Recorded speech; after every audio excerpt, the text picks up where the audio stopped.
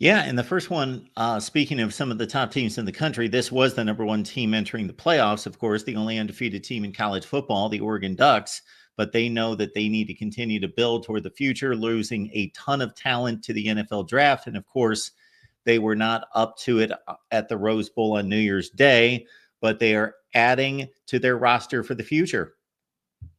They are. Tulane running back Makhi Hughes was one of those prospects as soon as he hit the board, much like many of the running backs who hit the board later in the portal and the winter portal were going to be hot commodities, and there was no different. And like I say, there was a lot of relationships matter in recruiting, and this is one of those things that it definitely seemed that from the jump that while there was a lot of suitors for Makhi Hughes, that ultimately all the relationships along with his younger brother also headed over to Eugene as well.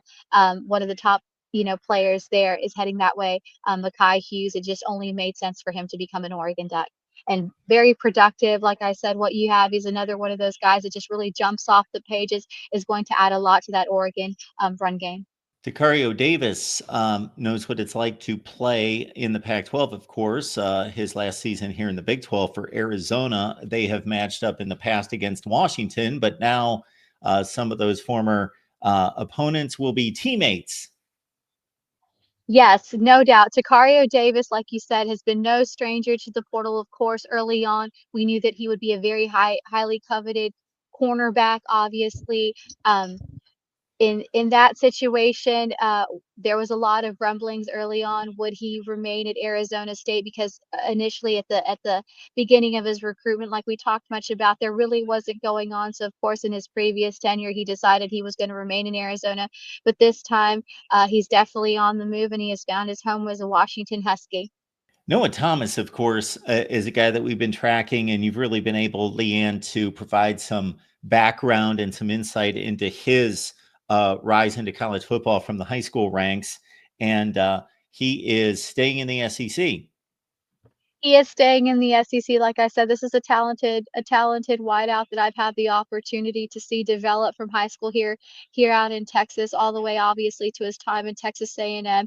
A really great story in the fact that he did plague injuries, but like you said, was able to end his career at Texas A&M with a nice high note. Definitely being a fixture during that final bowl game for the Aggies. But he is going to be heading, at no surprise, we talked about that he just recently made a visit to Georgia in the last couple days.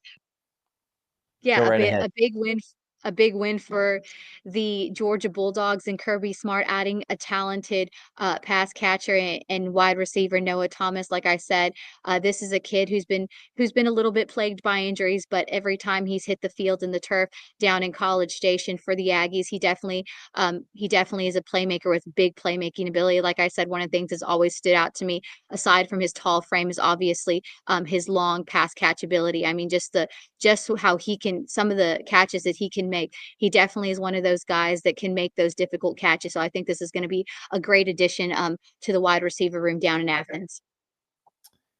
Leanne, you did a nice breakdown the other day when we featured Rashul Faison, a guy from Utah State who had a banner year with over 1,000 yards rushing, and he is making his way to the SEC.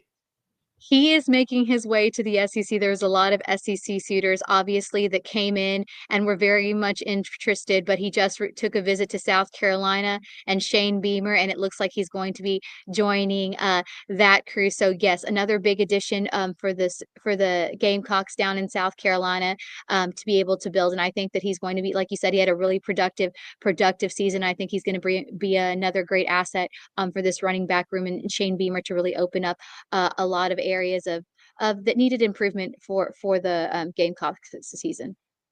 All right. Elijah Pritchett, big Alabama recruit a few years ago, and a guy that was an all SEC performer. He's leaving the SEC and heading north.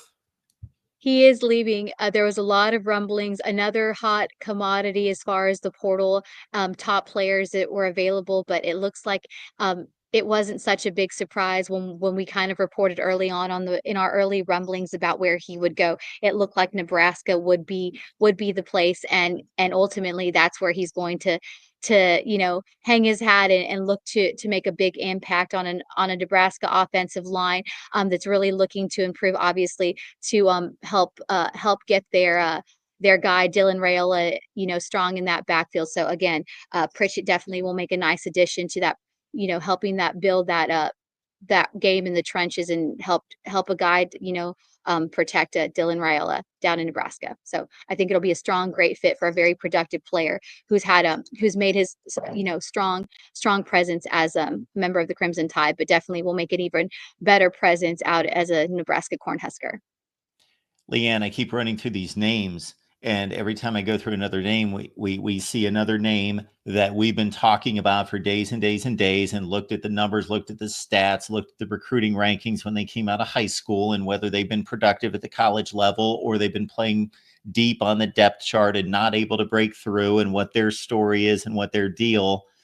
Jeremiah Alexander, the top rated player, according to 247 Sports in the state of Alabama, top 5 edge rusher when he hit campus in Tuscaloosa, but really just not able to break through on the 2 deep for Alabama. And now he's going to try his talents at an old rival of Bama's that they used to meet in the playoffs quite a bit. Yeah, he's gonna cross over to conference, and he's heading to the ACC and try his luck out there. In the other Death Valley, in Clemson, enjoying Dabo Swinney's crew again. He was as soon as he hit the portal, he was one of the most coveted edges, like you've talked about. Had a very lustrous career. As a high school recruit, was very highly touted. But again, like we've talked a lot about.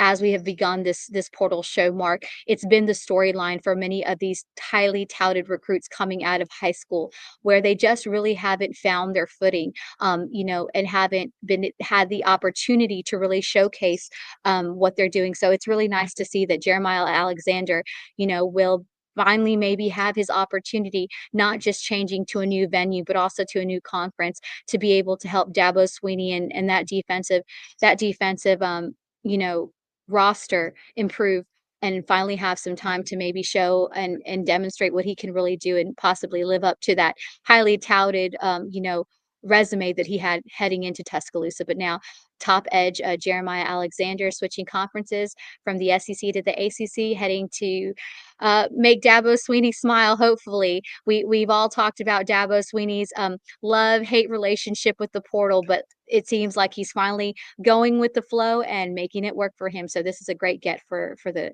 Clemson Tigers. I think it's finally a love-hate relationship. I think it was a hate-hate relationship for a long time between Dabo and the transfer portal. It was all hate, but he's coming around a little bit. He's He is coming definitely around.